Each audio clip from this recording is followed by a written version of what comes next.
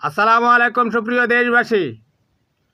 সমস্ত গণমাধ্যমগুলোতে জঙ্গি গণহত্যাকারী বঙ্গকসাই শেখ হাসিনার একটি অডিও টেলিফোন কনভারসেশন ঘুরে বেড়াচ্ছে।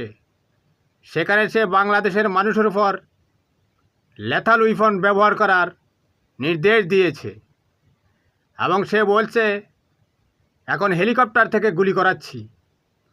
কত বড় নোংরা এবং মনুষ্যত্বহীন বিকৃত মস্তিষ্কের লোক এ মহিলা যে এরকম ড্রাকুলা প্রকৃতির সেটা তো আমরা আগেই বুঝতে পেরেছি।